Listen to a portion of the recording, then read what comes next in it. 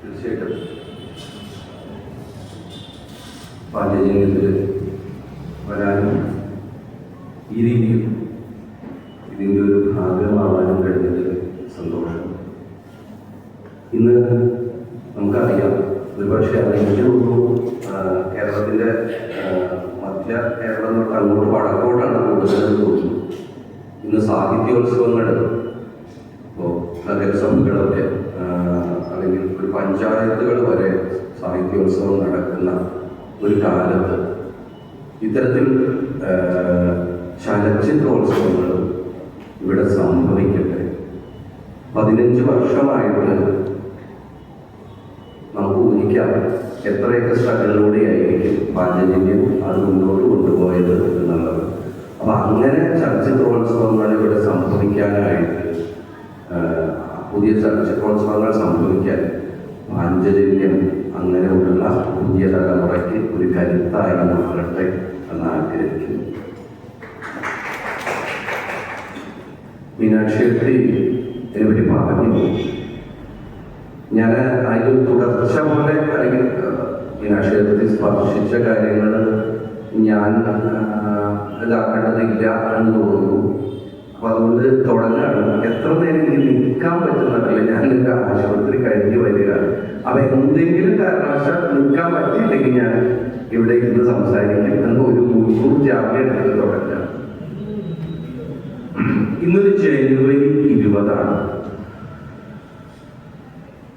എനിക്ക് തോന്നുന്നു ഒരു പാട്ട് എഴുതുന്ന ഒരാള് എന്നുള്ള നിലയ്ക്ക് പാട്ടിനെ പറ്റി സംസാരിക്കുമ്പോൾ അത് പറഞ്ഞു പോകണം എന്നുള്ളത് കൊണ്ടാണ് കുറച്ച് വർഷങ്ങൾക്ക് മുമ്പ് ഒരു ജനുവരി 20 ഒരു ജനുവരി 19 സംഭവിച്ച ഒരു കാര്യത്തെ പറ്റിയിട്ട് ഒന്ന് പറഞ്ഞു പോകണം എന്ന് തോന്നുന്നു. അത് നാഗർകോവിലടുത്ത് ഉള്ള, ഞാൻ പറയുന്ന കഥ 1930കളിലുള്ളതാണ്. നാഗർകോവിലടുത്തുള്ള സുന്ദരപിള്ള എന്ന് പറഞ്ഞ ഒരാൾ, അയാൾക്ക് അന്നത്തെ മധ്യരാശിയിലെ ഏതോ ഒരു പത്രത്തിൽ വന്ന ഒരു പത്രവാർത്ത, ഹൈദരാബാദിൽ സംഭവിച്ച ഒരു കഥ, ഒരു സംഭവം. ആ പത്രവാർത്തയിൽ നിന്ന് ഈ സുന്ദരപിള്ള എന്ന് പറഞ്ഞ അദ്ദേഹം ഒരു കഥ ഉണ്ടാക്കുന്നു.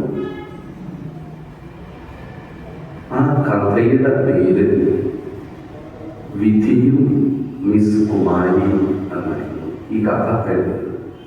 അപ്പോൾ ഗീതകുമാരൻ വന്നു കഴിഞ്ഞ സമയത്ത് അദ്ദേഹത്തിന് തോന്നി ഇതൊരു സിനിമയാക്കണം. ഈ സിനിമയാക്കാൻ അന്ന് കേരളത്തിലൊന്നും പ്രൊഡ്യൂസേഴ്സ് ഇല്ല. അങ്ങനെ ഈ സുന്ദരപിള്ള സേലത്തുള്ള പ്രൊഡ്യൂസറായിട്ടുള്ള PS സുന്ദരത്തിനെ കാണുന്നു. അപ്പൊ ഈ കഥയൊക്കെ പറഞ്ഞപ്പോ അദ്ദേഹത്തിന് ഇത് സിനിമയാക്കാം എന്ന് തോന്നി.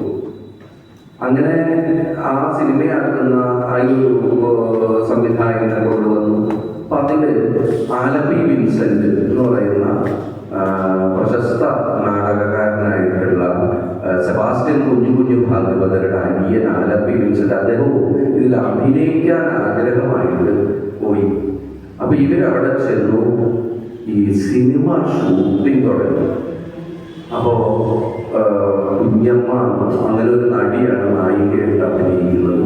നായകനായിട്ട് അപ്പോൾ അദ്ദേഹത്തിന് നിർബന്ധമായിരുന്നു ഈ കഥ എഴുതിയ ഈ സുന്ദര പിള്ള എന്ന് പറഞ്ഞ അദ്ദേഹത്തിന് നായകനായിട്ട് അഭിനയിക്കണം. അങ്ങനെ ഈ വിധി മിസ് കുമാരി എന്ന് പറയുന്ന സിനിമ ഷൂട്ടിംഗ് തുടങ്ങി. അതിൻ്റെ 3-ാമത്തെയോ 4-ാമത്തെയോ ദിവസം ഈ പ്രൊഡ്യൂസറും ബാക്കിയുള്ള ആൾക്കാരും നോക്കിയപ്പോൾ എന്താണെന്ന് വെച്ചാൽ ഈ നായകനെയും ഈ നായികയെയും കാണാനില്ല. ഈ കഥ ഇദ്ദേഹം എഴുതിയതാണ്. ഈ സുന്ദരപിള്ള എന്ന് പറയുന്ന അദ്ദേഹവും ഈ നായികയും കൂടിയിട്ട് ഒളിച്ചോടിപ്പോയി. ഇവരെവിടെയാണെന്നറിയില്ല. സിനിമ പാതി വഴിയിൽ നിന്നു. എന്താണ് ഇന്ന് ചെയ്യേണ്ടത് എന്നുള്ളത് ഈ സുന്ദരത്തിനെ സംബന്ധിച്ചിടത്തോളം ഇതാകെ പറയാനുള്ളത് ആലപ്പി വിൻസെന്റിനോടാണ്. കാരണം മലയാളത്തിൽ ഇതപര്യന്തമായിട്ട് വിഗതകുമാരനല്ലാതെ വേറെ സിനിമകളൊന്നും സംഭവിച്ചിട്ടില്ല. അദ്ദേഹം അങ്ങനെ ഈ ആലപ്പി വിൻസെന്റ് നേരെ വന്നു സെബാസ്റ്റ്യൻ കുഞ്ഞു ഭാഗവതരുടെ അടുത്തെത്തി. അപ്പൊ സെബാസ്റ്റ്യൻ കുഞ്ഞു ഭാഗവതര് മോച്ചിറ വേലുകുട്ടിയൊക്കെ അന്നിവിടെ കേരളത്തിൽ മുഴുവൻ നൃത്ത നാടകങ്ങൾ തകർത്താടിക്കൊണ്ടിരിക്കുന്ന ഒരു കാലത്താണ്. അപ്പൊ അവിടെ ചെന്ന് പറഞ്ഞപ്പോ ഇങ്ങനൊരു കാര്യമുണ്ട്, ഇതൊരു സിനിമ അങ്ങനെ പാതിയിൽ വന്നു നിന്നു, എന്ത് ചെയ്യാൻ പറ്റുമെന്ന് ചോദിച്ചു. അപ്പോ സെബാസ്റ്റ്യൻ കുഞ്ഞു ഭാഗവതൻ ആലോചിച്ചിട്ട് പറഞ്ഞു, ഒരു ചെറുപ്പക്കാരനുണ്ട്, അയാൾ രവീന്ദ്രൻ എന്ന് പറയുന്ന ഒരു നാടകമൊക്കെ ചെയ്തു. അത് പുരാണമൊന്നുമല്ല, ഒരു സാമൂഹ്യ കഥയാണ്. അപ്പൊ അതിൽ പാട്ടും ഇതൊക്കെ ഉണ്ട്, ഡയലോഗ്സും ഒക്കെ ഉണ്ട്. അപ്പൊ അദ്ദേഹത്തിന് എത്തിക്കാമെന്ന് തോന്നുന്നു. അങ്ങനെ ആലപ്പി വിൻസെന്റ് സെബാസ്റ്റ്യൻ കുഞ്ഞു ഭാഗവതരുടെ എടുത്തുകൊണ്ട് ഈ ചെറുപ്പക്കാരൻ്റെ അടുത്ത് ചെല്ലുന്നു. അപ്പോൾ ഈ പ്രൊഡ്യൂസർ ഈ ചെറുപ്പക്കാരൻ പറഞ്ഞു, ഇതൊന്നും നടപടിയാവില്ല, ഈ എഴുതി വെച്ചിട്ടൊന്നും ഇത് ചെയ്യാൻ പറ്റില്ല. അപ്പോൾ പറഞ്ഞു, എന്നാൽ ഒരു കാര്യം ചെയ്യും, നിങ്ങൾ ഇതൊന്ന് മാറ്റി തിരുത്തി തരുമോ എന്ന് ചോദിച്ചു. തിരുത്തി തരാം എന്ന് പറഞ്ഞ് അയാൾ അത് മുഴുവൻ തിരുത്തി വേറൊരു തിരുത്തുമ്പോ എങ്ങനെയാണ് സിനിമ സംഭവിച്ചു കഴിഞ്ഞിട്ടുണ്ട് ഇന്ത്യക്ക് പുറത്ത്, പക്ഷെ ഇയാൾക്ക് കാണാനുള്ള വഴിയൊന്നുമില്ല. അപ്പൊ എങ്ങനെയാണ് തിരുത്തേണ്ടതെന്നൊന്നും ഇയാൾക്ക് അറിയില്ല, എങ്ങനെയാണ് സിനിമയ്ക്ക് എഴുതി കൊടുക്കേണ്ടതെന്നുള്ളത്. അപ്പൊ ഇയാളെന്ത് ചെയ്തു? അപ്പോ ഈ സുന്ദരം മുതലാളി പറഞ്ഞു, ഇത്ര വലിയ ലെങ്തിലുള്ള സീൻസ് ഒന്നും പറ്റില്ല ഈ നാടകത്തിലുള്ള പോലെയൊന്നും. അപ്പൊ ഇദ്ദേഹം ആദ്യം കുറെ സീൻ എഴുതി, എന്നിട്ട് ഇങ്ങനെ വെട്ടി കഷ്ണമാക്കി ചെറിയ സീനാക്കി മാറ്റി. ഇതിന്റെ ഇടയിലൊക്കെ ഒരു പാട്ട്. അപ്പൊ കഴിഞ്ഞു വന്നപ്പോ 23 പാട്ട് ഈ സിനിമയെ ഇത് കൊടുത്തപ്പോ അപ്പൊ അത് ചെയ്യാമെന്ന് പറഞ്ഞു. അങ്ങനെ ചെയ്തപ്പോ അപ്പൊ അതിൽ ആൾക്കാരെ അന്വേഷിച്ചപ്പോ ഇതൊരു നായകൻ വേണമെന്ന് പറഞ്ഞപ്പോ അന്ന് കുഞ്ചു നായർ എന്ന് പറഞ്ഞു PSV നാട്യ സംഘത്തിന്റെ നാടക കമ്പനിയിൽ അരൂരുകാരൻ ഒരാൾ ഉണ്ടായിരുന്നു. ഇയാളെ നായകനായിട്ട് കൊണ്ടുവന്നു, MK കമലത്തിന് അതിനൊപ്പം കൊണ്ടുവന്നു. അങ്ങനെ ഇനിയിപ്പോ ഇതിന്റെ അടുത്ത പ്രശ്നം എന്ന് പറയുന്നത് ഈ 23 പാട്ടുകൾ എന്ത് ചെയ്യുന്നതാണ്. അപ്പൊ അന്നൊക്കെ നമുക്കറിയാം, അഭിനയിക്കുന്ന ആളുകൾ മുഴുവൻ ഗായകരും കൂടിയാണ്. അപ്പൊ ഈ അരൂർ അതായത് ഈ കുഞ്ചുനായർ KK അരൂർ എന്ന് പറയുന്ന അദ്ദേഹം പറഞ്ഞു, ഞാൻ ഈ 23 പാട്ടുകൾ ഒന്ന് ശരിയാക്കാൻ വേണ്ടിയിട്ട് അദ്ദേഹത്തിന്റെ ഒപ്പം ആന്ധ്രയിൽ നിന്ന് വന്ന ഒരു സംഗീതജ്ഞനും ഒപ്പം തന്നെ ഇബ്ബാൻ എന്ന് പറയുന്ന ഒരു ഹാർമോണിസ്റ്റും കൂടി. എന്നിട്ട് ഈ നേരത്തെ ചെറുപ്പക്കാരൻ കൊടുത്ത ആ പാട്ടുകൾ എല്ലാം സെറ്റ് ചെയ്തിട്ട് അതിൽ ഉൾപ്പെടുത്തുകയും അതിൻ്റെ ഷൂട്ടിങ് കഴിയുകയും അത് 1938 ജനുവരി 19 പുറത്തു വരികയും ചെയ്തു. അതാണ് മലയാളത്തിലെ ആദ്യത്തെ ശബ്ദചിത്രമായിട്ടുള്ള ബാലൻ. ഈ ചെറുപ്പക്കാരൻ നമ്മൾ എഴുതി കൊടുത്ത ആ ചെറുപ്പക്കാരനാണ് മലയാളത്തിലെ ആദ്യത്തെ ശബ്ദചിത്രത്തിന്റെ തിരക്കഥാകൃത്തും മലയാളത്തിലെ ആദ്യത്തെ ഗാനരചയിതാവുമായിട്ടുള്ള മുതുകുട രാഘവൻപിള്ള. ഈ ഇബ്ബാനും KK അരൂരും ഒക്കെ KK അരൂരും ഈ ഹാർമോണിസ്റ്റും ഇബ്ബാനുമാണ് മലയാള സിനിമയിലെ ആദ്യത്തെ സംഗീത സംവിധായകൻ. ഞങ്ങളൊക്കെ കൊള്ളുന്ന ഒരു തണുപ്പുണ്ട്, ഞങ്ങളൊക്കെ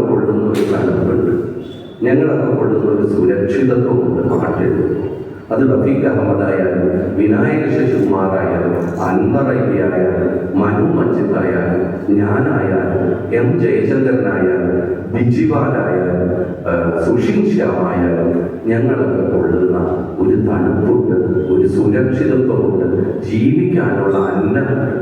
ആ ഞങ്ങൾ കൊണ്ട തണുപ്പ്, ഞങ്ങൾ അനുഭവിക്കുന്ന തണുപ്പിന് വെയിൽ കൊണ്ട പേരുകളാണ് ഈ മുതുകുളം രാഘവൻ പിള്ള എന്നുള്ളതും KK അരൂര് എന്നുള്ളത്. അവരെ ഓർക്കാതെ ഈ പാട്ടിന്റെ ഭാവുകത്വത്തെ പറ്റി സംസാരിക്കാൻ പറ്റില്ല എന്നുള്ളത് കൊണ്ടാണ്. ഇനി ഒരു കാര്യം കൂടി നിങ്ങൾക്ക് പറഞ്ഞുതരാം. നിങ്ങൾ പലരും വായിച്ചിട്ടുണ്ടാവും, പറഞ്ഞിട്ടുണ്ടോ? ഇത് കമൽ സാർ, ഡയറക്ടർ കമൽ പറഞ്ഞൊരു അനുഭവമാണ്. ഡയറക്ടർ കമല് സിനിമ പഠിക്കാൻ വേണ്ടിയിട്ട്, സിനിമയിൽ അസിസ്റ്റ് ചെയ്യാൻ വേണ്ടിയിട്ട് മദ്രാസിൽ പോയി നിൽക്കുന്ന കാലത്ത് ഈ പോസ്റ്റ് ഓഫീസിൽ അന്ന് വീട്ടിൽ നിന്ന് പൈസ വരും. അങ്ങനെയാണ്, കാരണം അന്ന് പൈസ കിട്ടുന്നില്ല. അപ്പൊ വീട്ടിൽ പൈസ ഉണ്ട്. അപ്പൊ ഈ മകൻ സിനിമ പഠിക്കാൻ പോയപ്പോ വീട്ടിൽ നിന്ന് സിനിമ അതിനുള്ള പൈസ അയച്ചു കൊടുക്കുകയാണ്. അപ്പൊ ആ പൈസ അയച്ചു കൊടുത്തിട്ട് അത് മണി ഓർഡർ ഒപ്പിട്ട് വാങ്ങാൻ വേണ്ടിയിട്ട് പോസ്റ്റ് ഓഫീസിൽ പോയപ്പോ ഒരാള് ചുമച്ചിട്ട് ഒരു വൃദ്ധൻ ഇങ്ങനെ വന്നു. പോസ്റ്റ് ഓഫീസിൽ കുറയ്ക്കുന്നുണ്ട്, ഇന്ന് വന്നിട്ടുണ്ടോ എന്ന് ചോദിച്ചു. അപ്പൊ ആ പോസ്റ്റ്മാൻമാർ പറഞ്ഞു, ഇല്ല വന്നിട്ടില്ല എന്ന് പറഞ്ഞു. ഇയാള് വളരെ നിരാശനായിട്ട് നടന്നുപോയി. അപ്പോൾ കമലിന്റെ പൈസ, കമൽ സാറിന്റെ പൈസ വന്നിട്ട് അത് വാങ്ങിയിട്ട് കമൽ സാറ് ചോദിച്ചത്രേ, അത് ആരാ ചോദിച്ചു. അത് ഈ കേരള സർക്കാർ ഒരു പെൻഷൻ ഏർപ്പാടാക്കിയിട്ടുണ്ട്. അപ്പോ അത് വാങ്ങിക്കാൻ വന്ന ഒരാളാണ്. എന്തൊരു സിനിമക്കാരാണ്, അഭിനയിച്ചിട്ടൊക്കെ ഉണ്ട്. ഇപ്പൊ ഒന്നുമില്ല, രോഗമാണ്, ഒന്നുമില്ല, വല്ലാത്ത അവസ്ഥയാണ്. ഭക്ഷണം തന്നെ കഴിക്കാൻ പറ്റാത്തൊരവസ്ഥയിലാണ്. എന്താ പേര് ചോദിച്ചു. മുതുകളെല്ലാം വേണ്ട. അങ്ങനെ കമൽ സാറ് ഓടി ചേർത്ത് പറയാനെന്ന് ചോദിച്ചു, ഞാൻ എന്തെങ്കിലും തരണോ എന്ന് ചോദിച്ചു. അപ്പോൾ അഭിമാനിയായിട്ടുള്ള മനുഷ്യനാണ്, ഒന്നും വേണ്ട, പെൻഷൻ ഇല്ല വന്നോളൂ. അപ്പൊ ചോദിച്ചത്രേ, മോനെന്താ ഇവിടെ? അപ്പോൾ ഞാൻ ഇവിടെ സിനിമയിൽ ചേരാൻ വന്നതാണ്. അപ്പോൾ കമൽ സാർ പറയാം, അദ്ദേഹം ഇങ്ങനൊരു നോട്ടം എന്നെ നോക്കി എന്നിട്ട് നടന്നു പോയി എന്ന് പറയുന്നത് കമൽ സാർ. അതുകൊണ്ടാണ് ഞാൻ പറഞ്ഞത്, അവരൊക്കെ കൊണ്ട വെയിലാണ് ഇനി ഞങ്ങൾ അനുഭവിക്കുന്ന തണല് എന്ന് പറയുന്നത്. അപ്പോൾ അവരെ ഓർക്കുകയാണ്. അപ്പോൾ നമ്മൾ ഈ സിനിമയുടെ ഭാവുകത്വ പരിണാമത്തെ കുറിച്ച് 2025 നമ്മളിവിടെ നിന്ന് ചർച്ച ചെയ്യുന്ന സമയത്ത് എനിക്ക് തോന്നുന്നു, നമ്മൾ ഉപയോഗിക്കുന്ന കണ്ണടയുടെ ലെൻസ് അല്ലാതെ ആ കാലത്ത് ഉപയോഗിക്കേണ്ട കണ്ണടയുടെ ലെൻസും കൂടി വെച്ചിട്ട് വേണം നമ്മളതിനെ ആ ഓരോ കാലഘട്ടത്തെ വായിച്ചെടുക്കാൻ എന്ന് തോന്നുന്നു. അപ്പൊ ഇത്തരത്തിൽ നമ്മളിപ്പോ എവിടെയെങ്കിലും ഇപ്പോൾ പഴയ പാട്ടുകളെ പറ്റി ചർച്ച ചെയ്യുമ്പോൾ ഏറ്റവും ആദ്യം പറയുന്ന പേരെന്തായിരിക്കും? വയലാർ, പി ഭാസ്കരൻ, ശ്രീകുമാരൻ, യൂസഫ് അലി കേച്ചേരി, അവിടെ നമ്മൾ പറയും. സംഗീത സംവിധായകരെ പറ്റി പറയുമ്പോൾ ദക്ഷിണാമൂർത്തി, ദേവരാജൻ, ബാബുരാജൻ എന്ന് പറയും. പക്ഷേ ഈ KK അരൂരിനെ പറ്റിയിട്ടോ, KK അരൂര് 2 സിനിമ ചെയ്ത് ഈ 2 സിനിമയിൽ നായകനായി അഭിനയിച്ചാണ്. മലയാള സിനിമയിൽ ആ രീതിയിൽ കണക്കെടുക്കുമ്പോൾ ഏറ്റവും അധികം നായകനാണ് KK അരൂര്. അത് കഴിഞ്ഞ് പിന്നെ ആ സിനിമയൊക്കെ നിർത്തിപ്പോന്ന് നാടകം അഭിനയിച്ച് സംഗീതം പഠിപ്പിച്ചു കൊടുത്തിട്ടാണ് അദ്ദേഹം 1968 ഒന്നും സമ്പാദിക്കാനില്ല മരിച്ചുപോയത്. ഇവരെ പറ്റിയിട്ടൊന്നും നമ്മൾ ഓർക്കാറില്ല. നമ്മൾ ഇവിടുത്തെ ഒരു ക്രോണോളജിക്കൽ ഓർഡർ പാട്ടെഴുത്തുകാരെ എടുത്തു കഴിഞ്ഞാൽ അതിൽ 6ാമത്തെയോ 7ാമത്തെയോ പേരായിട്ട് ഭാസ്കരമാഷ് വരുള്ളൂ. അതിനു മുമ്പ് വന്നു പോയവരുണ്ട്. അതിനു മുമ്പ് ഇവർക്ക് എഴുതാൻ വേണ്ടി വാഴി വെട്ടിയ ആളുകളുണ്ട്. അത് കഴിഞ്ഞാണ് അഭയദേവിനും ശേഷമാണ് ഭാസ്കരമാഷ് വരുന്നത്. അതിനുശേഷമാണ് വായിക്ക് വരുന്നത്.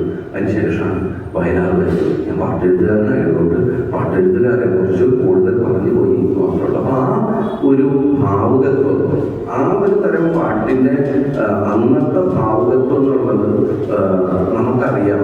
ഈണത്തിനനുസരിച്ച് ഇപ്പോൾ ബാലനിലേക്ക് പാട്ട് തേയിലത്തോട്ടത്തിലെന്ന് പറഞ്ഞൊരു തമിഴ് പാട്ട്, കാരണം അറിയില്ല എന്ത് ചെയ്യണം എന്നുള്ളത് അറിയില്ല. അപ്പോൾ ഇയാൾ വരി എഴുതി തന്നു, ജാതകദോഷത്തിലെ എന്ന് പറഞ്ഞ വരി എഴുതി തന്നു. അപ്പോൾ ചെയ്യാൻ തേയിലത്തോട്ടത്തിലെ എന്ന് പറയുന്ന വേറൊരു പാട്ടിന്റെ ട്യൂണിനനുസരിച്ച് ജാതകദോഷത്തിലെ എന്ന് പറയുന്ന ആ പാട്ട് പാടി, അങ്ങനെ പാട്ടുണ്ടായിരുന്നു. ഈ പാട്ടുണ്ടായപ്പോൾ ദക്ഷിണാമൂർത്തി സ്വാമിക്ക് പോലും സുഹാനിരാത്ത് എന്ന് പറയുന്ന പാട്ട്, സുഹാനിരാത്ത് എന്ന് പറയുന്ന പാട്ടിന്റെ ഈണത്തിനനുസരിച്ചാണ് അകാലയാരും എന്ന് പറയുന്ന പാട്ട് അഭയദേവ എഴുതി കൊടുക്കുന്നത്. ഹിന്ദി പാട്ടിന്റെ ഈണം ഈ മെഹബൂബ് എന്ന് പറയുന്ന ഗായകന്റെ ഓഡീഷൻ നടത്തിയത്, മെഹബൂബ് അവിടെ എവിടെയോ അവിടെ പാടി നടക്കുന്ന സമയത്ത് മുത്തയ്യ എന്ന് പറയുന്ന അദ്ദേഹത്തിന് അന്നൊരു പ്രസ് ഉണ്ട്.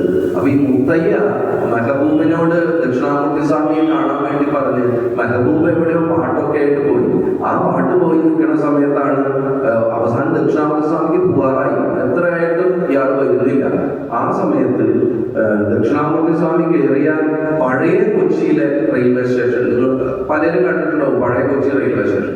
അവിടെ ദക്ഷിണാമൂർത്തിയുടെ സ്വാമിയുടെ വണ്ടി മൂവ് ചെയ്തപ്പോൾ മെഹബൂബ് ഓടി വന്നിട്ട്, അപ്പൊ ഈ ട്രെയിൻ ഇങ്ങനെ മൂവ് ചെയ്യുന്നു, മെഹബൂബൊക്കെ ഒപ്പം വരുന്നു. അങ്ങനെ വന്നിട്ട് ആണ് ഈ സുഹാനിയിലകത്ത് പാട്ട് പാടിക്കൊടുത്തു. 4 വരി കഴിഞ്ഞപ്പോൾ ട്രെയിൻ മൂവ് ചെയ്തു. ദക്ഷിണാമൂർത്തി സ്വാമി പറഞ്ഞു ചെന്നൈയിലേക്ക് വന്നോളാം, ഓഡീഷൻ കഴിഞ്ഞു, പിന്നെ പോയിട്ട് അകാലയാരും എന്ന് പറയുന്ന പാട്ട് പാടുകയാണ്. അപ്പൊ അത്തരത്തിൽ നിയതമായിട്ടുള്ള ഹിന്ദിയിലോ തമിഴിലോ ഉള്ള ട്യൂണുകളിൽ ആണ് അന്നത്തെ പാട്ട്. മീനാക്ഷി നിർമ്മലയിലെ പാട്ട് പറഞ്ഞു. നിർമ്മലയില് ജി ശങ്കരക്കുറുപ്പ് ഇപ്പൊ ശാന്തവമ്പരവും അതുപോലെ തന്നെ ഇന്നു ഞാൻ നാളനെയും ഒക്കെ എഴുതിയ ശങ്കരക്കുറുപ്പ് അവിടെ ഏട്ടൻ വരുന്ന ദിനമേ എന്ന് പറഞ്ഞ് പാട്ട് എഴുതി കൊടുക്കേണ്ടി വന്നു. അതായത് അത്തരത്തില് ഈ നിയതമായിട്ടുള്ള ഏതെങ്കിലും ഹിന്ദിയുടെയോ തമിഴിന്റെയോ ഈണത്തിനാണ് എഴുതിയിരിക്കുന്നത്. അവിടെ നിന്ന് സത്യത്തിൽ അതിനൊരു മാറ്റം കൊണ്ടുവന്നത് ഭാസ്കരൻ മാഷ് പോലും അങ്ങനെ എഴുതേണ്ടി വന്നിട്ടുണ്ട്. ആ ഒരു ശരിക്കും നമ്മൾ ആ ഒരു മാറ്റം എന്ന് പറയുന്നത് ഭാവുകത്വത്തിന്റെ മാറ്റം എന്ന് പറയുന്ന നീലക്കുയിൽ തന്നെയായിരിക്കും. 54 നീലക്കുയിലിൽ ഈ ഒരു മാറ്റം വന്നിട്ടാണ് ഭാസ്കരൻ മാഷ്, രാഘവ മാഷ് 2 സിനിമ അതിന് മുമ്പ് ചെയ്തിട്ട് അത് 2 ഇറങ്ങിയിട്ടില്ല. രാഘവ മാഷ് ആദ്യമായിട്ട് സംഗീതം ചെയ്ത് ഇറങ്ങുന്ന സിനിമ എന്ന് പറയുന്നത് നീലക്കുയിലാണ്. അപ്പോൾ ആ നീലക്കുയിലിനാണ് ഈ ഭാവുകത്വ പരിണാമം വരികയും നമ്മുടെ സിനിമാ പാട്ടുകളിൽ കവിതയുടെ അംശം വരികയും കവിത സിനിമാ പാട്ട് എന്നുള്ള രീതിയിൽ. അപ്പോൾ എന്താണെന്ന് വെച്ചാൽ എഴുതിയിട്ട് നിശ്ചിതമായിട്ടുള്ള മുൻകൂട്ടി നിശ്ചയിച്ച പാട്ടിന്റെ ഈണത്തിനല്ലാതെ എഴുതുന്ന രീതി വിട്ടിട്ട് കവിത എഴുതുകയും കവിത ഈണപ്പെടുത്തുകയും ചെയ്യുന്ന ഒരു രീതി വരികയും, പക്ഷെ നമ്മളൊക്കെ കേൾക്കുന്ന ഒരുപാട് ഇന്നത്തെ തലമുറയിൽ പാടുന്ന പഴയ പാട്ടുകൾ ഒന്നായിട്ട് മാറിയത്. അതിനുശേഷം വീണ്ടും നമ്മുടെ അവിടെയാണ് ദേവരാജ മാഷ പോലുള്ളവരും ബാബുകയെ പോലുള്ളവരും ഒക്കെ നമ്മുടെ പാട്ട് സങ്കേതങ്ങളിൽ സിനിമയുടെ സങ്കേതത്തിലേക്ക് വരുന്നത്. ഈ എഴുത്തുകാരൊക്കെ സജീവമാകുന്നത് ഇവിടെ നമ്മൾ പറയേണ്ട ഒരു പേര് തന്നെയാണ്. ഒരു പക്ഷെ വരി എഴുതി ഈണപ്പെടുന്നതിന് അല്ലെങ്കിൽ ഈ രീതിയിലുള്ള കവിതയുള്ള പാട്ട്, മീനാക്ഷി എഴുതി റഫീഖയുടെ കവിത എന്ന് പറഞ്ഞപ്പോൾ കവിത ശങ്കരക്കുറുപ്പിന് അന്ന് നടന്നിട്ടില്ല. അത് കവിയല്ലാത്തത് കൊണ്ടല്ല, ആ സങ്കേതം അതായത് കൊണ്ടാണ്. അപ്പോ ആ കവിതയുള്ള പാട്ടിന്റെ ഒരു കാലം നമ്മൾ പറയുമ്പോൾ എപ്പോഴും ഭാസ്കരൻ മാഷയും വയലാറിലെ ഒയിനിസാറിനെയൊക്കെ പറയുമ്പോഴും അതിനു മുമ്പേ പറയേണ്ട ഒരു പേരാണെന്ന് തോന്നുന്നു അഭയദേവ്. അഭയദേവിന്റെ ഒരുപാട് പാട്ടുകളുണ്ട്. അവിടെ നിന്നാണ് ഭാസ്കരൻ മാഷിലേക്ക് നമ്മൾ ഈ കാണുന്ന എന്നും നമ്മളൊക്കെ തലമുറ ഭേദമില്ലാതെ നമ്മൾ നെഞ്ചോട് ചേർത്ത് വയ്ക്കുന്ന പാട്ടിന്റെ കവിതയുള്ള പാട്ടിന്റെ പുഷ്കലകാലം എന്ന് പറയുന്നത് വരുന്നത്. ഇവിടെയാണ് സലിൽ ചൗധരി പോലുള്ള ആളുകളുടെ വരം. അപ്പൊ വീണ്ടും സലിൽ ചൗധരി ഒരിക്കലും വരിക്ക് ഈണപ്പെടുത്തുകയല്ല ചെയ്യുന്നത്. മാത്രമല്ല സലിൽ ചൗധരിയുടെ ഈണം അദ്ദേഹം മാറ്റാൻ സമ്മതിക്കില്ല. അതുകൊണ്ടാണ് ഇപ്പൊ നീ വാ നമ്മുടെ പാട്ടിൽ കേൾക്കുന്നുണ്ടല്ലോ, വൈദ്യസാല എഴുതി കൊടുത്തത്. അതുകൊണ്ട് ഇപ്പൊ ജാനകിയമ്മ പലരും കേട്ടിട്ടുണ്ടോ? ജാനകിയമ്മ പാടാൻ ചെന്നപ്പോ മതതട മനനസം ഞാൻ ഇന്നു കണ്ടു എന്നാണ് സലിത പാടിയിരിക്കുന്നത്. കാരണം ഇത് മീറ്റർ ഉണ്ടല്ലോ, ഈ സലിത ഉദ്ദേശിച്ച മീറ്റർ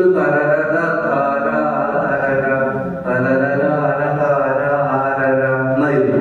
പക്ഷെ ഓയിൻസാല എഴുതി കൊടുത്തത് താനന താനാനന താനനാന. എന്നിട്ട് ജാനകിയമ്മ ഇതിലെന്തോ തെറ്റുണ്ടെന്ന് വിളിച്ചു ചോദിക്കണം. സാറ് അവിടെ ഇല്ല. അങ്ങനെ വിളിച്ച് ചോദിച്ച് ജാനകിയമ്മയാണ് പിന്നെ അത് ഒരു വേണ്ട രീതിയിൽ ശരിയാക്കി പാടിയത് എന്ന് പറയുന്നത്. ഈണത്തിന്റെ ആ ഈണത്തിനനുസരിച്ച് പാട്ട് വരുന്ന കാലമാണ്. അവിടെ വളരെ പ്രസക്തമായിട്ടുള്ളൊരു ഡയറി കുറിപ്പ് കാണാനുള്ള ഒരു ഭാഗ്യം കിട്ടിയിട്ടുണ്ട്. അങ്ങനെ തന്നെ പറയട്ടെ. 1963 ജൂലൈ 12 എഴുതിയ ഒരു ഡയറി കുറിപ്പാണ്. ആ ഡയറി കുറിപ്പ് മറ്റാരുടെയല്ല, അത് വയലാറിന്റെ ഡയറി കുറിപ്പാണ്.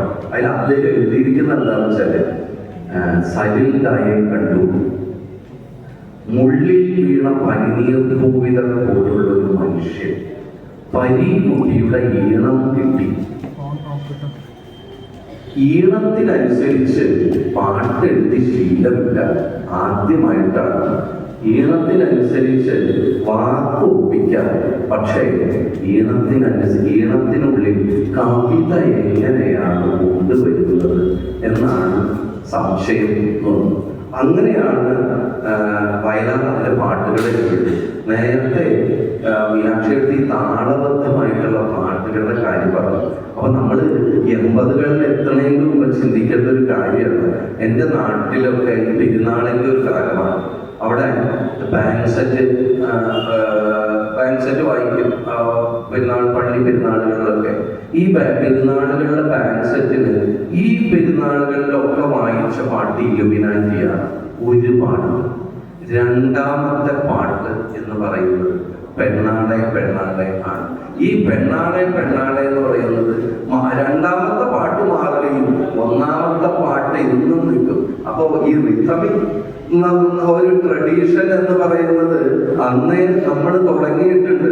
ആ റിതം വെച്ച് ഇന്നത്തെ കിഡ്സിനെ എന്ത് കേട്ടാലും അവരും തുള്ളുന്ന രീതിയിൽ റിതമിക് പാട്ടുകൾ അവിടെ നിന്ന് തന്നെ തുടങ്ങി എന്ന് കാണണം. പിന്നെയാണ് ഈ പറയുന്ന പോലെ ഒരുപാട് പേര്, ഉഷാഖന്നയുടെ പേര് നമ്മൾ എടുത്ത് പറയണം. നമ്മൾ ഈ ഒരു വേദി കൂടിയാകുമ്പോൾ ഉഷാഖന്ന വരുന്നു. അതുപോലെ തന്നെ ശ്യാം സാറിന്റെ, അവരൊക്കെ പുറത്തു നിന്നുള്ള ആളുകളാണ്. ശ്യാം സാറ് വരുമ്പോൾ ഈ പാട്ടിന്റെ ഭാവുകത്വം വേറെ രീതിയിൽ ഒന്നുകൂടി മാറി. ഇത് വരുമ്പോൾ തന്നെയാണ് ശ്യാം സാറിന്റെ പാട്ടുകൾ ഇങ്ങനെ വരുന്ന സമയത്ത് തന്നെയാണ് രാജാസാർ നമ്മുടെ ഇവിടെ രാജാസാറിന്റെ പാട്ടുകൾ വരുന്നത്. ഈ രാജാസാറിന്റെ പാട്ടുകൾ വരുന്ന സമയത്ത് ഇതിന്റെ പാരലായിട്ടാണ് ഇപ്പൊ നമ്മളൊക്കെ ഏറെ ബഹുമാനിക്കുന്ന MG രാധാകൃഷ്ണനെ പോലുള്ള, അല്ലെങ്കിൽ രവീന്ദ്ര മാഷെ പോലുള്ള ജോൺസൺ, അതെ പറയാം, ജെറി മൽദേവിന്റെ പേര് ജെറി മാഷും അതെ ഇത്തരത്തിൽ വളരെ വ്യത്യാസമുള്ള ജെറി മൽദേവ് മാഷോട് ഞാൻ ചോദിച്ചു. ജെറി മൽദേവ് മാഷ് വളരെ നിഷ്കർഷയുള്ള ആളാണ്. ജെറി മൽദേവ് മാഷോട് പാട്ട് എഴുതേണ്ട ഒരു അവസ്ഥ ഉണ്ടായി. മാഷിന്റെ കൂടെ പാട്ട് എഴുതിയിട്ടുണ്ട് ഞാനൊരു സിനിമയിൽ. അപ്പോൾ മാഷ് 70കളിൽ നിൽക്കുമ്പോഴാണ് നമ്മൾ ചെന്ന് പാട്ട് ഇതാക്കുന്നത്. അപ്പൊ മാഷ് നൗഷാദിന്റെ സ്കൂളാണ്. മാഷ് വളരെ കൃത്യമാണ്. അപ്പൊ ഞാൻ സമ്മതിച്ചു പോവുകയും ചെയ്തു. അബദ്ധത്തിൽ ഞാൻ സംസ്കൃതത്തിൽ പാട്ട് എഴുതാൻ തുടങ്ങി. അപ്പൊ ഈ സംസ്കൃതത്തിൽ പാട്ട് എഴുതുമ്പോൾ എന്താന്ന് വെച്ചാല്, നമ്മളിപ്പോ മലയാളത്തിൽ പാട്ട് എഴുതുമ്പോ അവൻ വന്നു, അവൾ വന്നു, അവർ വന്നു, എന്ത് ഇതാണെങ്കിലും കർത്താവ് എന്താണെങ്കിലും ഈ ക്രിയാപദം മാറുന്നില്ല. ഒന്ന് തന്നെ വന്നു എന്നാണ്. സംസ്കൃതത്തിലാകുമ്പോ ഇവിടെ ഉള്ളവർക്ക് അറിയാം ഇത് മാറും. പക്ഷേ മാഷ്ക്ക് എന്താണെന്ന് വെച്ചാല് എല്ലാവരെയും ഞാൻ എഴുതി പാട്ടൊക്കെ എഴുതി ഡയറക്ടർക്ക് ഓക്കെ ചെയ്യും. ഹരിനാരായണൻ അത് ശരിയാവില്ല. എന്ത് പക്ഷേ എല്ലാറ്റിലും ഒരു വേണം, എനിക്ക് ആ സൗണ്ടിങ് വേണം എല്ലാറ്റിലും. അപ്പോ എന്നിട്ട് അങ്ങനെ മാറ്റി കൊടുക്കേണ്ടി വന്നു. അപ്പൊ അത്തരത്തിൽ ഈണത്തിനനുസരിച്ച് പാട്ട് ചെയ്യുന്ന, ഈണത്തിനനുസരിച്ച് പാട്ട് ചെയ്യാനാണ്, ഈണം ഉണ്ടാക്കി അതിലെഴുതാനാണ് ജലിമാഷ് കൂടുതൽ ഇഷ്ടപ്പെടുന്നത്. അങ്ങനെയല്ലാതെ ചെയ്തിട്ടില്ല എന്നുള്ളതല്ല. ഇപ്പോ ജലിമാഷ് പറഞ്ഞു, ഞാനൊരിക്കലും എൻ്റെ സൗണ്ടിങ് ഞാനൊരു സൗണ്ടിങ് പ്രതീക്ഷിക്കും, അതിനനുസരിച്ച് എനിക്ക് മാർക്ക് കിട്ടണമെന്നുണ്ട്. അതിന് വ്യത്യസ്തമായിട്ടൊരു ഒരു സൗണ്ടിങ് വരികയും ഞാൻ എത്തിപ്പോവുകയും ചെയ്തത് ദേവദുന്ദുഭി സാന്ദ്രലയം എന്ന് പറഞ്ഞപ്പോഴാണ് എന്ന് പറഞ്ഞു. അപ്പൊ അത്തരത്തിലുള്ള പാട്ടുകൾ വീണ്ടും ഈണത്തിനനുസരിച്ച് എഴുതൽ വീണ്ടും വന്ന് 90കളിൽ എത്തുമ്പോഴാണ് എനിക്ക് തോന്നുന്നു ഹിസ്സായിയുടെ സ്കൂളിലേക്കാണ് ഇത്തരത്തിലുള്ള ക്ലാസിക്കൽ മ്യൂസിക്കിന്റെ പാട്ടുകളൊക്കെ നമ്മുടെ അവിടെ വരിക. അങ്ങനെ ഒരു സീരീസ് ഉണ്ടല്ലോ, പ്രണവം ആർട്സിന്റെ സീരീസിൽ സർഗമൊക്കെ ഉള്ള സിനിമയിൽ. അവിടെ ഈ പറഞ്ഞ പോലെ തന്നെ മീനാക്ഷിയത്തി നേരത്തെ പറഞ്ഞ ബിംബകൽപ്പനകൾ, പാട്ടെഴുത്തുകാരിൽ അതിന്റെ വേറൊരു ഇതിലേക്കല്ല ഞാൻ കിടക്കുന്നത്. ആ ബിംബഘടനകൾ വേറെ രീതിയിലുള്ള ബിംബഘടനകളിലൊക്കെ 90കളോട് കൂടിയിട്ട് നമ്മളിപ്പോൾ പറയാവുന്ന ഹൈന്ദവ സ്വഭാവമുള്ള ബിംബങ്ങൾ കുറെ കൂടി വരികയും ഇതിന്റെ ഇടയിലൊക്കെ മാറ്റങ്ങൾ ഉണ്ടായിട്ടില്ല എന്നല്ല പറയുന്നത്. പക്ഷേ ഈ മാറ്റങ്ങളെ മുഴുവൻ, ഇത്തരത്തിലുള്ള ചേഞ്ചുകളെ മുഴുവൻ ഇന്ത്യയിലുള്ള എല്ലാ തരത്തിലുള്ള പാട്ടുകളെയും പകർത്താൻ ഒരേ ഒരു പേര് എന്ന് പറയുന്നത് AR റഹ്മാൻ തന്നെയാണ്. AR റഹ്മാൻ എന്ന് പറയുന്ന അദ്ദേഹം വരികയും അദ്ദേഹത്തിന്റെ പാട്ടുകൾ വരികയും ചെയ്തപ്പോൾ നമ്മൾ വളരെയധികം ശ്രദ്ധിച്ച കാര്യങ്ങളുണ്ട്. സൗണ്ടിങ്, ഓർക്കസ്ട്രേഷൻ എന്നുള്ളത് നമ്മൾ ശ്രദ്ധിക്കാൻ തുടങ്ങി. സൗണ്ടിങ്ങിൽ, ഓർക്കസ്ട്രേഷൻ, ആ AR റഹ്മാൻ ഇൻഫ്ലുവൻസ് നമ്മുടെ അവിടെയുള്ള എല്ലാ സംഗീത സംവിധായകരും ഒരിക്കൽ അവസാനിച്ച ഭാഷ തന്നെ പറഞ്ഞിട്ടില്ല. അതാണ് നമ്മളെ പോലും സ്വാധീനിക്കുന്ന രീതിയിൽ AR റഹ്മാന്റെ ഇൻഫ്ലുവൻസ് വരും. അങ്ങനെ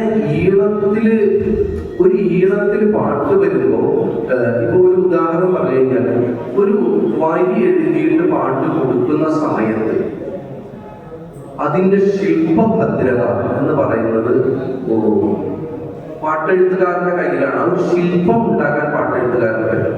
നേരെ മറിച്ച് ഒരു ഈണം തന്നിട്ടാണ് തരുന്നതെങ്കിൽ ആ ഈണത്തിലേക്ക് പോകണം. ഈണത്തിലേക്ക് പോകുമ്പോൾ ഞാൻ ടെക്നിക്കൽ ആവുന്നൊന്നുമില്ല, എന്നാലും പറയാം. ഇപ്പോ നിങ്ങളിപ്പോ തനനന താന തനനന എന്നാണെങ്കിൽ ഇവിടെ വരും,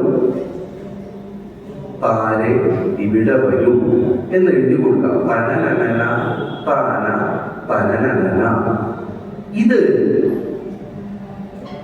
ഇത് കുറച്ച് ഈ മ്യൂസിക് ഡയറക്ടർ പറയുന്നത് അല്ല, അത് എനിക്ക് അവിടെ ഇവിടെ വരുമല്ലാതെ എൻ്റെ ഒരു സൗണ്ടിങ് ഞാൻ പറഞ്ഞില്ല, തനനനെയാണ് ഞാൻ പറഞ്ഞത്.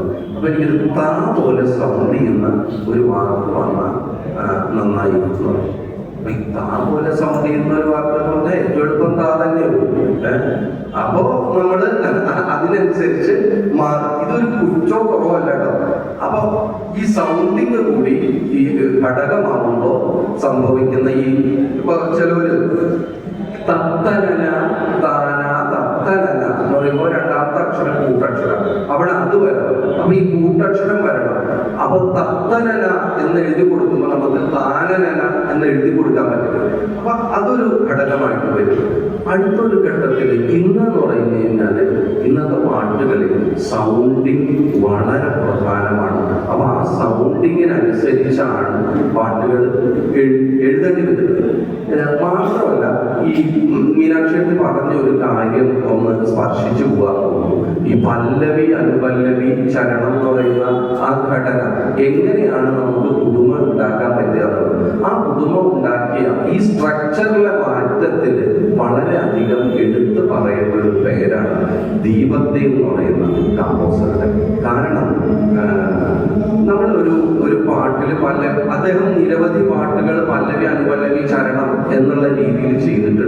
എങ്കിൽ പോലും ദീപദേവിന്റെ പാട്ടുകൾ ദീപദേവ് കൊണ്ടുവന്ന കൊണ്ടുവന്നത് ഈ റഹ്മാന്റെ ഒക്കെ ഒരു ഇൻസ്പിറേഷനിൽ മലയാള സിനിമ അപ്പോഴും മലയാള സിനിമ പാട്ട് പ്രത്യേക സൗണ്ടിങ്ങിലാണ്. ഈ സൗണ്ടിങ്ങിനെ ഇന്നൊക്കെ ഒരുപാട് ഇന്ന് നമ്മുടെ പാട്ടുകൾ എന്ന് പറയുമ്പോൾ നമ്മൾ എത്രയൊക്കെ നമ്മുടെ പാട്ടുകളെ കുറ്റം പറഞ്ഞാലും നമ്മുടെ പാട്ടുകൾ കേൾക്കുന്നത് ഇപ്പോ മീനാക്ഷിയുടെ അവസാനം പറഞ്ഞ മറ്റേ കൊല്ലലും കുത്തലും ഒക്കെയുള്ള പാട്ട് 150 മില്യൺസ് ആണ് നമ്മുടെ പാട്ട് കേൾക്കുന്നത്. നമ്മള് തമിഴന്മാരുടെ പാട്ട് കേൾക്കും, നമ്മള് തെലുങ്കന്മാരുടെ പാട്ട് കേൾക്കും, നമ്മുടെ ഹിന്ദിക്കാരുടെ പാട്ട് കേൾക്കും, നമ്മളെല്ലാവരുടെയും പാട്ട് കേൾക്കും. നമ്മുടെ പാട്ട് നമ്മൾ തന്നെ കേൾക്കും, മറ്റുള്ളവർ കേൾക്കില്ല. ആ അവസ്ഥ മാറിയിട്ട് നമ്മുടെ പാട്ട് അപ്പുറത്തും ഇപ്പുറത്തുള്ളവർ കേൾക്കുന്ന ഒരു കാലത്താണ് നമ്മൾ ജീവിക്കുന്നത്. അതിന് വലിയൊരു ഘടകമാണ് നമ്മുടെ സൗണ്ടിങ്ങും സൗണ്ട് ഡിസൈനും ഒക്കെ. ആ സൗണ്ട് ഡിസൈൻ ഏറ്റവും വലിയ പുതുമ കൊണ്ടുവന്ന ഒരാളാണ് ദീപക്. ഇപ്പോ നിങ്ങൾ നോക്കിക്കോളൂ, നമ്മള് അപ്പോ ഇനി പറയാനുണ്ട്, ഞാൻ അതോ പക്ഷെ നിർത്താൻ 2 കാര്യങ്ങൾ കൂടി പറഞ്ഞുകൊണ്ട് നിർത്താൻ ഞാൻ. ഒന്ന്, എന്നാലും ഈ ചോദിച്ച ചോദ്യത്തില് സ്ത്രീകൾ എന്താണ് വരാത്തത് എന്നുള്ളത് വലിയൊരു പ്രശ്നം തന്നെയാണ്. കഴിഞ്ഞ ദിവസം വളരെ ഞാൻ കുറെ പെൺ സംഗീത സംവിധായകർ പാട്ട് എഴുതിയിട്ടുണ്ട്. അതിൽ ഏറ്റവും കൂടുതൽ ഞാൻ പാട്ട് എഴുതിയത് സിതാര കൃഷ്ണകുമാറിനാണ്. സിതാര കൃഷ്ണകുമാർ ഒരു സിംഗറും കൂടിയാണ്. സിതാരയുടെ ഒരുപാട് ട്യൂൺസിന് ഞാൻ പാട്ട് എഴുതിയത്. ഒരു തവണ ഇങ്ങനെ സിതാര സംസാരിച്ചപ്പോൾ ഈ ഇത്തരത്തിലുള്ള ഒരു വിഷയം പറഞ്ഞപ്പോൾ സിതാര പറഞ്ഞു, അത് എനിക്ക് തോന്നുന്നൊരു ഇത് പകുതി തമാശയായിട്ടാണോ എന്നറിയില്ല, സീരിയസ് ആണെന്ന് തോന്നുന്നു. നമ്മളൊരു കൺസോളിൽ ഇരുന്നിട്ട് ഒരു സിംഗർ പാടാൻ നിൽക്കുന്ന സമയത്ത് നമ്മള് ഇവിടെ നിന്നിട്ട് പാട്ട് പറഞ്ഞു കൊടുക്കുമ്പോൾ ഒരു സ്ത്രീയാണ് അങ്ങനെ പറഞ്ഞു കൊടുക്കുന്നതെങ്കിൽ പാടാൻ ഒരു മടി സിംഗർക്കുള്ളതായിട്ട് തോന്നുന്നത് എന്ന് പറഞ്ഞു. അത് നമ്മുടെ ഒരു സമൂഹത്തിന്റെ പ്രശ്നം തന്നെയാണ്. എന്താ പറയുക, ടീച്ചർ എന്ന് പറഞ്ഞാൽ ഒരു സ്ത്രീയായിട്ടും ഡ്രൈവർ എന്ന് പറഞ്ഞു കഴിഞ്ഞാൽ ഒരു പുരുഷനെയായിട്ടും കാണുന്ന ഈ തലമുറയുടെ മനോഭാവം ഇനിയും മാറിയിട്ടില്ല. തീർച്ചയായിട്ടും ഒരുപാട് ലിറിസിസ്റ്റുമാർ ഇപ്പോൾ വന്നിട്ടുണ്ട്, പുതിയ പാട്ട് എഴുതുന്നവര് ഞങ്ങളുടെ കൂട്ടത്തിൽ തന്നെയുണ്ട്. അതുപോലെ തന്നെ ഗായകരും ഒരുപാടുണ്ട്. പക്ഷെ സംഗീതത്തിന്റെ കാര്യം പറയുമ്പോഴാണ് സംഗീത സംവിധായകർ, അതുപോലെ തന്നെ പെർക്കഷൻ വായിക്കുന്ന സ്ത്രീകളൊക്കെ വരിക തന്നെ വേണ്ടിയിരിക്കുന്നു. ഒരു കാര്യം കൂടി പറഞ്ഞുകൊണ്ട് നിർത്തുകയാണ്. മീനാക്ഷിയെടുത്ത് പറഞ്ഞതിനോട് ചേർത്ത് വെച്ചുകൊണ്ട് ഈ ഭാവുകത്വത്തിന്റെ വിഷയത്തിൽ പറഞ്ഞപ്പോൾ ഇന്ന് ഞങ്ങൾക്കൊക്കെ അനുഭവിക്കുന്നതാണ്. ഇന്ന് പെണ്ണുങ്ങളെ വർണ്ണിക്കുന്ന പാട്ടുകൾ ഇല്ല എന്നുള്ളതല്ല, കുറവാണ്. ഞങ്ങളോട് മ്യൂസിക് ഡയറക്ടറോ പറയുന്നത് യൂണിസെക്സ് ആയിട്ട് പാട്ട് എഴുതിയാൽ മതി എന്ന് പറഞ്ഞാൽ അവർ ഉദ്ദേശിക്കുന്നത് ആണിനും പെണ്ണിനും പാടാവുന്ന രീതിയിൽ ഒരു വരി എഴുതിയാൽ മതി എന്നുള്ളത്. ആ ആണിനും പെണ്ണിനും അല്ലെങ്കിൽ അടുത്തൊരു ജെൻഡർ ഉണ്ടെങ്കിൽ എല്ലാ ജെൻഡറിനും പാടാവുന്ന രീതിയിൽ പാട്ട് എഴുതിയാൽ മതി, വരി എഴുതിയാൽ മതി എന്നുള്ളതിൽ വലിയൊരു വിപ്ലവമുണ്ട് എന്ന് തന്നെ വിശ്വസിക്കുന്നു. അതൊരു ഇക്വാലിറ്റി കാണിക്കില്ല. അപ്പൊ നമുക്ക് എഴുതുന്നതിൽ ഇത്തരത്തിലുള്ള ലിമിറ്റേഷൻ, നമ്മുടെ ഇന്നറന്റ് ഫീൽ മാത്രമേ നമുക്ക് എഴുതാൻ പറ്റുള്ളൂ. അപ്പോ പുതിയ പാട്ടുകളിൽ കവിതയില്ല എന്നുള്ള വിമർശനം ഉണ്ടാവും, പഴയ പാട്ടാണ് പുതിയ പാട്ടാണെന്നുള്ള വിമർശനം, ഇത്തരത്തിലെ ഭാവത്വ വ്യത്യാസം ഉണ്ടാവും. അതിലൊക്കെ എനിക്ക് തോന്നിയത് ഈ പുതിയ കാലത്ത് അത്തരത്തിലൊരു ജെൻഡർ ഇക്വാലിറ്റി കീപ്പ് ചെയ്യാൻ പുതിയ കുട്ടികളൊക്കെ വരുന്നുണ്ട്. ആ ഒന്ന് പുതിയ പാട്ടിൽ കാണുന്നുണ്ട് എന്ന് എനിക്ക് തോന്നുന്നു. കുറച്ചധികം സമയം ക്ഷമിക്കുക.